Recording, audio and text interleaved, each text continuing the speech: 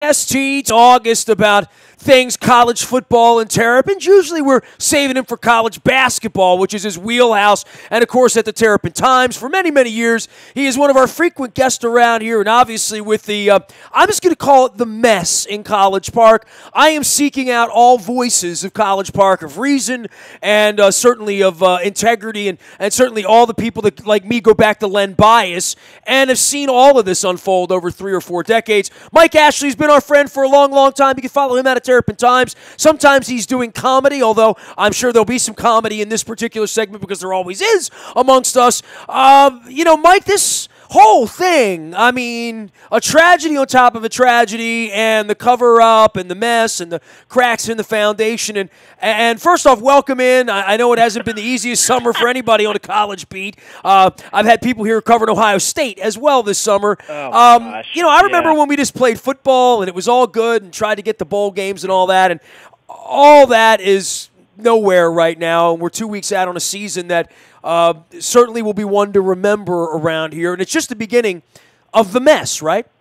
Well, yeah, it is kind of a downer just on the, as you're getting ready to start for real here, and that's a shame because I do think there was something going on here. I don't know what Maryland could have achieved this season, but now it's all kind of on the back burner because there's so many other questions that have to be answered, and it's I feel bad for the kids in the program that are going to be out there answering those questions and thinking about things that you'd rather just think about your next opponent, and that's not where Maryland football is right now. And it's a tough situation, and for the fans too. I know we all feel it. Just the more things you find out, the more that this is peeled back, the more terrible you feel about what has happened up there. Well, I just want to give your credentials on all of this because I have you on often and we goof around, we have fun, we talk basketball, and I love all my guests. I mean, I really do. I mean, I love this part of my life where, I get together with 20 or 30 people like you every week and talk about things that hopefully our audience understands a higher level, that I don't just bring on bartenders and blowhards, right? Well, literally, I mean, there's a lot of that, and then there's the call-in part of sports radio and whodunit, and I'm a lawyer, and I'm a this, and I'm a that, and I have a friend of a friend in the M Club, and one of my friends knows Bishotti, who knows Gary Williams, there's going to be all of that, right? And you and I have been around this so long, and I've talked to so many people, and I'm going to continue to talk to them about all of this. But on the credential side, my credentials are I go back to watching this since 73 and David Thompson. I go back to the disappointments of the UCLA of the East and Len Bias. And look, I'm not a bleeding heart down there, and I've never been a member of the club. And, I don't know that I ever dated a girl from the University of Maryland. It wasn't a place that I hung, but I loved Cole Fieldhouse. I love when the Terps do well. I have warm memories of championships and all of that. But I've never even met DJ Durkin, right?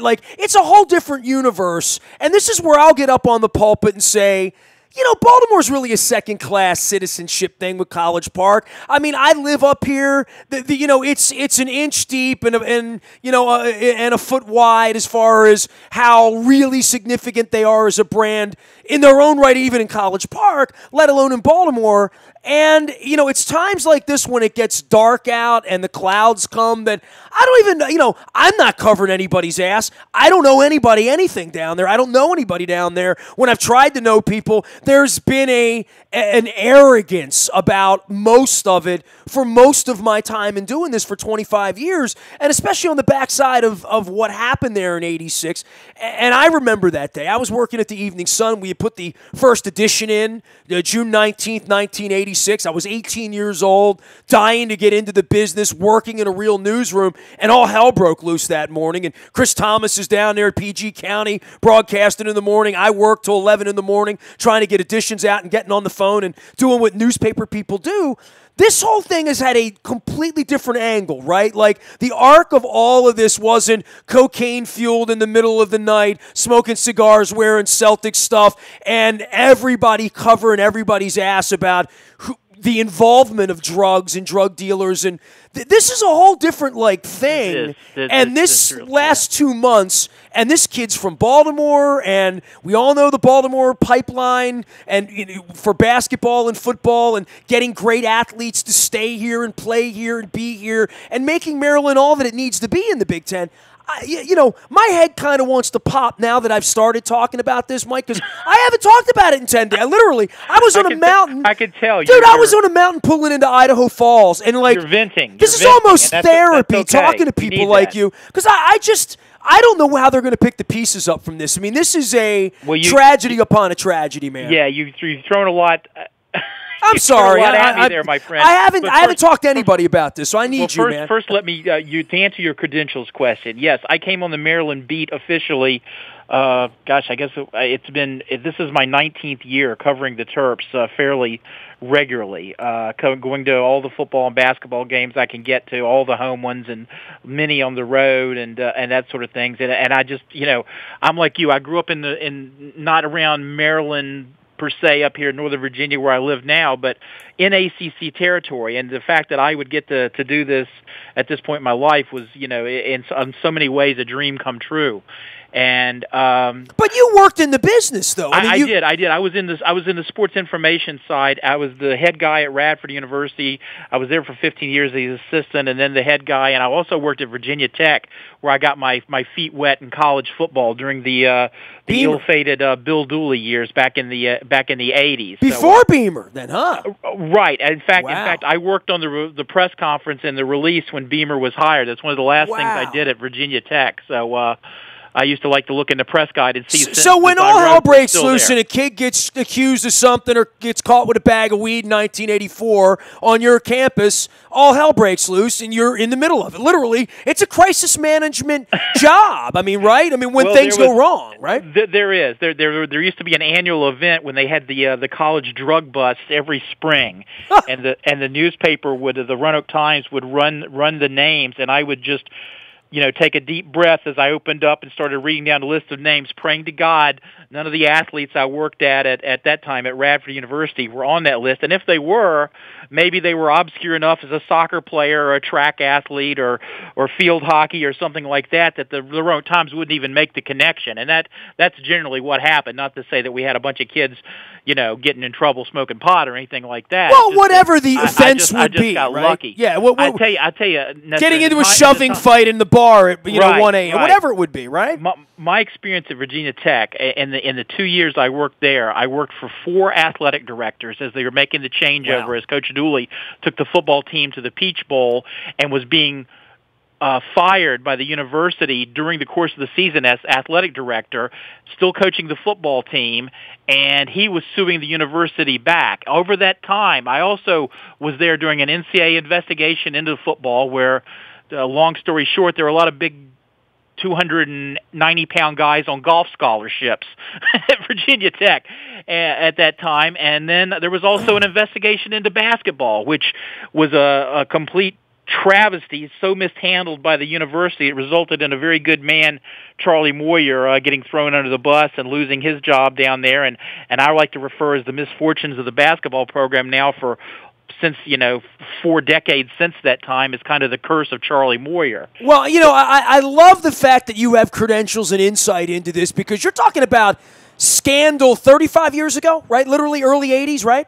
Well, I'll do you better than that because 1974, when I was a kid in Roanoke, Virginia, I remember reading in the Roanoke Times about an obscure, so deep buried on the depth chart running back named Bobby Voorhees, who died under very similar circumstances at Virginia Tech in the just before the season began. And here's a guy, again, what am I talking? 1974, and I still remember that name. Yeah. So that's what we're dealing with here. I'm also another guy that can tell you exactly where I was the minute I heard about Lynn Bias, even though I wasn't up here, in the Maryland circle of things. These things stick with you, and I'll be honest. I've been amazed at my time at Maryland, how how long ago was the Lynn Bias thing? How many 86, different people? 86, it's 32 years ago. Right. But how many different presidents? How many different, public relations people? How many different coaches? The stigma of that still hangs at that university. They're very mistrustful of the media. And to be honest, I have seen the media in this region, and as a guy who studied it from both sides, I hate to say, they were chomping at the bit, but they're always looking for something like this. Because Nestor, now you've got stories in the paper every day about this. You've got some angle coming out, whether it's the ESPN thing of again, I don't want to come at this too strong, but there's unnamed sources, and we know who those sources are. Those are kids that were unhappy with the coaching staff and got run off, and now they've got a chance to say what they want to say. And then we've got other stories coming from current athletes who are still in the Durkin camp, who are so upset that their coach has been taken away from them right on the eve of their season. I mean, can you imagine that if you're going into your season and you got a change like this aboard there? Plus, you've got Rick Court gone too, a guy who they dealt with even more than the coaching staff, a guy they dealt with every day, no matter what you believe about Rick Court. And there's rumblings. I heard some of this stuff, but I don't know that. I think everybody did, right? But listen, it's a football program, people jump to judgment. It's got to be. There's something in the middle. There's some kind of middle ground. My experience with Rick Court, I did a story when he first got there, and the first things he were doing was putting furniture into the weight room to make it more comfortable for the student athletes. He was finding the music they liked and playing the music and trying to get them to hang around and have snacks they wanted in the weight room to it almost sounds like he's breaking out juice boxes and stuff. So you got to juxtapose that against what we're reading now. There's some sort of middle ground in there that we haven't all got the complete picture of. That's why it's so important to let these investigations run their course here. Although again, you're dealing with a football schedule that's ready to start. So, Durkin hanging out there in limbo. I don't know. The most interesting thing that's happening right now as you and I talk is that I think all this is getting taken out of the day-to-day administration at Maryland. The Board of Regents has taken over. Their lawyers are taking over. I'm hearing as we talk, the tapes of those practices are being viewed by those people. So there could be more breaking news this week based on what they see in the tapes of that specific practice and maybe other practices where some of these things are either being they're either going to come to truth or they're going to be refuted by what these guys see on tape. And it's really a tough time right now because there's so much gray area here. The only thing you can say for sure is that it looks like this great young man who so many players just seem to love and who the players are going to honor all this season and actually for the rest of his career, what would have been the rest of his career at Maryland. That kid is gone, and it looks like he shouldn't have been. That there was no reason for him to have died on that practice field that day. Mike Ashley is our guest. He's been doing this at the Terrapin Times and covering the Terps and college sports on the inside and the outside for a couple of decades at Terrapin Times. Also does comedy as a part-time gig, and we'll get to that. We'll save that for the end of the program. We'll save that for the encore around here as we get ready. All of this brought to you by our friends at Royal Farms, real fresh, real fast, as well as a couple of new sponsors around here. I want to give a shout-out to our friends with Sidney Newsonoff and our friends at Charles Newsonoff at Sun since 1923. They've been doing it over there. You can visit them at charlesnewsonoff.com. We'll be telling you more about that, as well as Sport Culture. That's Sport Eye Culture. They're going to be sending some fantastic purple Raven flowers in here, officially licensed flowers. They'll be behind me under the Jen Strong. It's going to be fun. Going to be smelling good. I got to keep my cat out of here as well. You'll learn more at sporticulture.com. Mike, for everybody that's come on, and this is the question I'm asking, because, sort of the greasy side of college athletics has been out there since your era in the 70s and 80s with coaches doing this wrong and players doing that wrong and money and parents and boosters and apparel companies and Lord knows who hung on the edges of these kids and handlers and all of that goes on. I am still astonished, and maybe I shouldn't be as the FBI closes in on basketball coaches and the government's being run the way it's being run right now, by who it's being run by. But I really am astonished that these things, the hazing part, the fat boy in the corner part of, kids on these football teams, but then I get back to the are you tough, are you tough, are you tough? And wherever that line is between are you tough and I'm educating you and I'm giving you Paris Island, marine love, somewhere between Bobby Knight and Tony Dungy, right? And John Wooden and Bobby Knight, there is the middle where you're trying to intellectually stimulate, educate, toughen, all of that stuff. And now we have, as you've pointed out, a deceased young student athlete on this campus, and everyone's running for cover. Everyone's covering their ass, and no one has taken responsibility. Then the university comes in and takes responsibility, and the Board of Regents says, well, maybe we shouldn't have done that because we got lawyers involved, and hey, how many hundreds of millions is this going to cost us? Because that's where we are. And people that want Durkin's head and whether he'll work again, and it seems to me everybody gets a job again, and they almost hired Leach, last time in. I am just amazed that in the modern era, with text and technology and videotape in the sky and videotapes probably in the weight rooms and even in the cafeterias and all of that, that these sort of intellectual crimes still exist in this way where there's going to be an army of lawyers and an army of investigators who are going to peel this thing back, but a lot of asses are going to get fried over this. And to your point, completely unacceptable that this kid died. And everyone examines that and looks at it, but we're all looking for someone to blame and someone to take responsibility.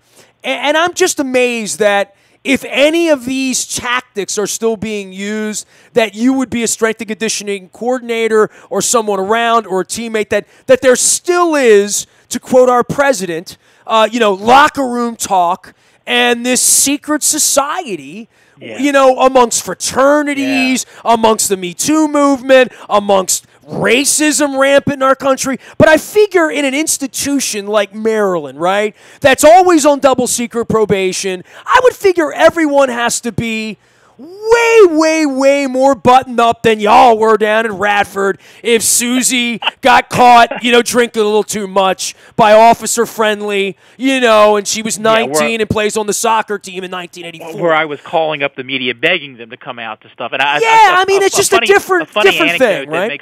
That made me think of all this this week. I remember Ralph Friedgen's first spring in College Park back as our head coach, and I remember him at a media gathering yelling at us because not enough of us were out at practice. Well, those days are long gone. We don't get to go to practice anymore. And here's a cautionary tale for these intense football coaches, because suddenly something like this happens and we don't have an alternative narrative because there's so few practices that media have been able to see that we can't actually even comment. All we've got is what other people are telling us that we've seen. And to me, that's a danger. If Maryland and other schools like this are worried about these kind of issues, again, I admit this is selfish. They need to let us back out there. We need to be out there as kind of the gatekeepers and seeing what's going on. Not so we can post their secret play on the internet and stuff like the coaches always fear, just because the fans want to know. They want to know what's going on with their team. When a kid drops dead, they deserve to know, right? And that's part of this whole secret society that they run around and they pull the shades down like that creep down in Herndon, right, with his football team, and they want to hide everything. And then there is no level of trust, not just for the media to pile on, and I guess, the Washington media will have a good time piling on this for a while. The national media will too, right? And same thing in Ohio State and Columbus. But if you don't have anything to hide and you're really doing stuff buttoned up, then release your taxes. Then tell the truth. Then allow access. Allow some transparency. Because if you have nothing to hide, then there wouldn't be anything to hide from. And now we have a dead kid and everyone's asking questions. and everyone's pointing fingers, and y'all look slimy and sleazy and make me glad that I was not bent over in the M Club to get thrown off of the baseline and thrown onto the roof over the $1,500 a year I gave versus the $5,000 a year I gave, which I heard all those stories 15 years ago after bias and after survive, and how Friedgen was treated at the end, which was like garbage. I just...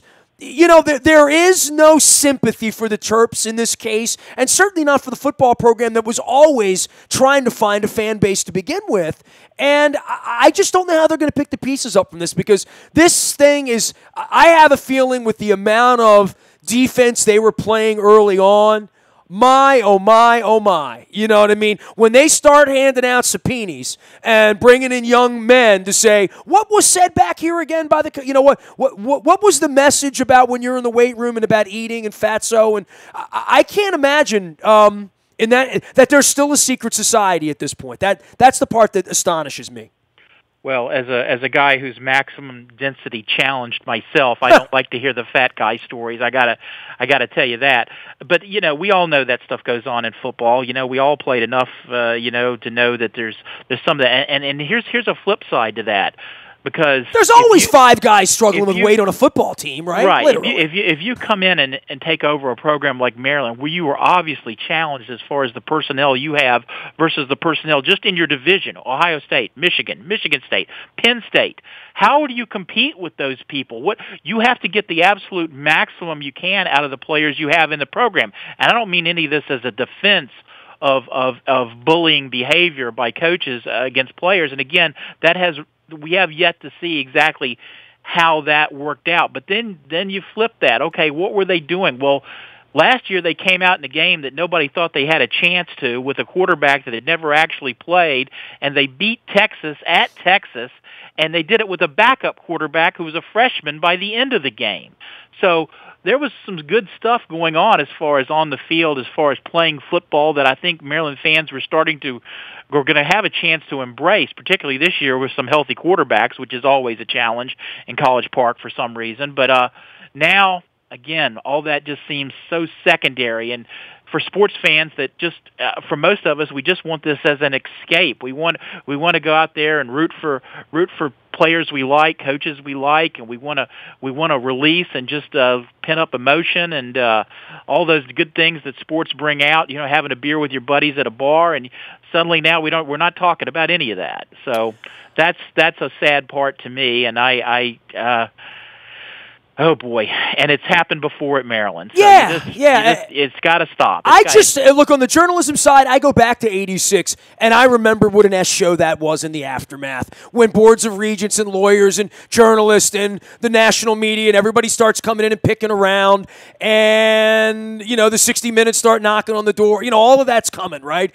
And that happened with bias. And boy, the 18 months after that, Bob Wade didn't survive it, right? Like, I don't know who takes the gig next. Hey, you look up at Penn State. They raped little boys for 3 decades. And, look, they're in the top 10 again. I can't account for it, but Maryland was never that kind of program to begin with. And I don't know that there's going to be any sympathy or empathy for them Big Ten-wise. And Lord knows who's coaching this team, who's on this team, and who's coming to watch this team over the next 36 months. Well, Maryland is a tougher sell than many other college programs. Just proximity. Even Maryland's best teams in football or basketball, you're still competing with so many professional teams in 2 different markets, and you're competing with just so much entertainment for the dollar.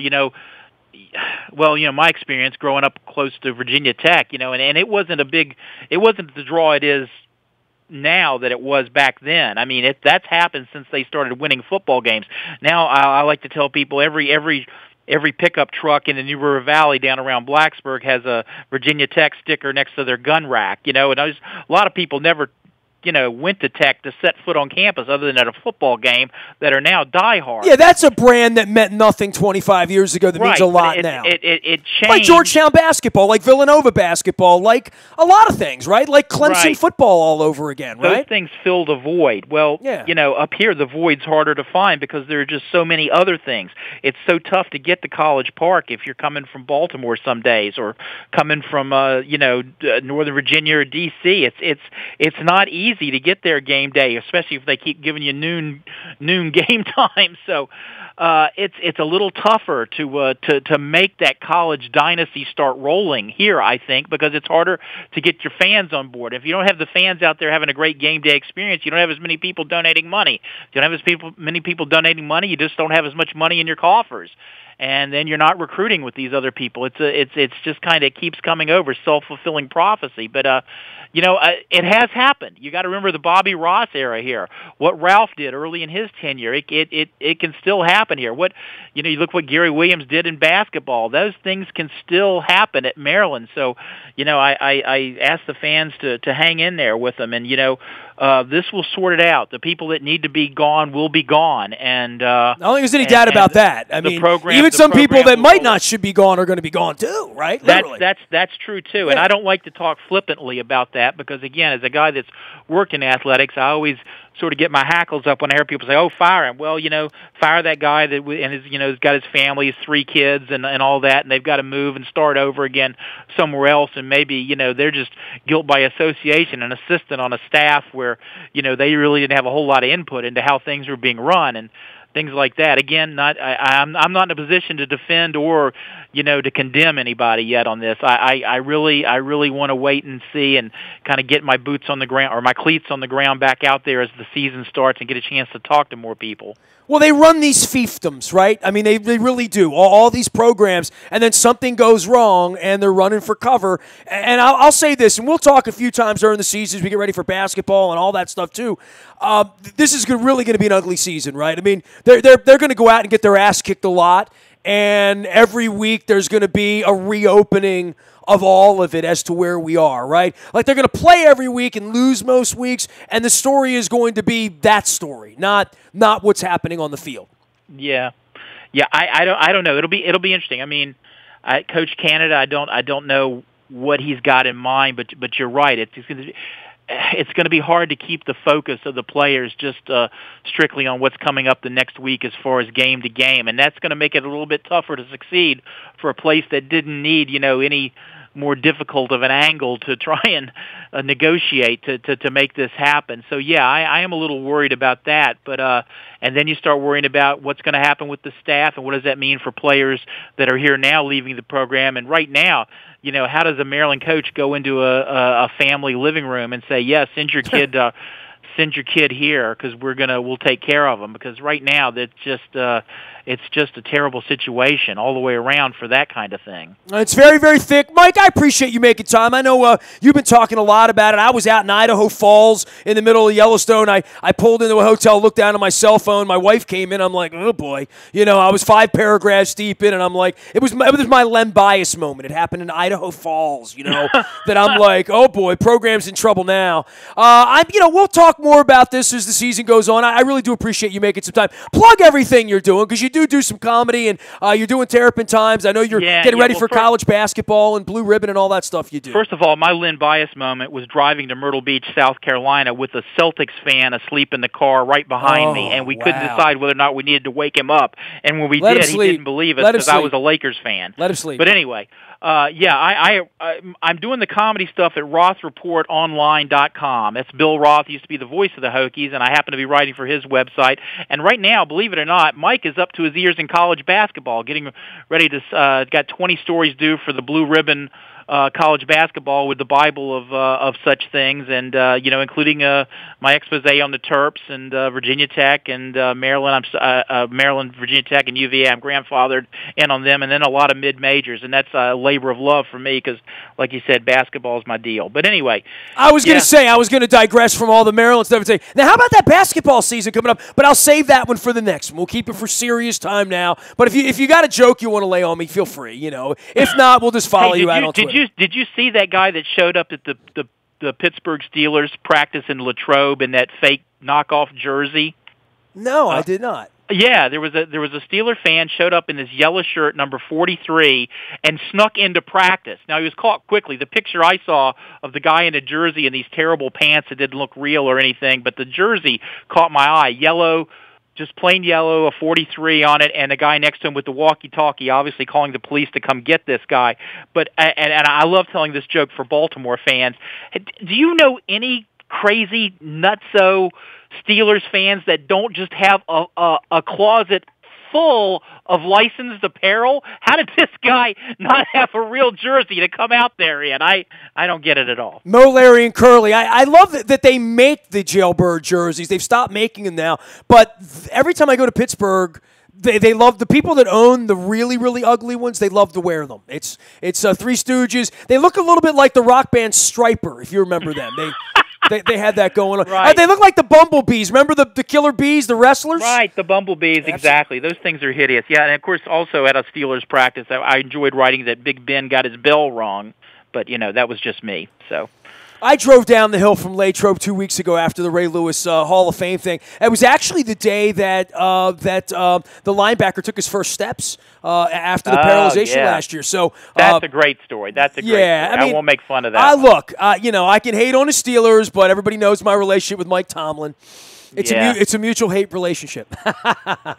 Hey, take care of yourself, man. We'll get back talking some Terps and getting some college football. You got it, Mike Ashley. Hang in there. Hang in there, he says. Terrapin Times, Mike Ashley, find him at Roth Report as well, doing his comedic takes on things, including making fun of Steeler fans, which I approve of that message. Nasty at WNST.net finds me. I am in the buy at Toyota.com Audio Vault. That is their 24 hours a day podcast. Listen live when you want, how you want. My book on my pop is up there as well.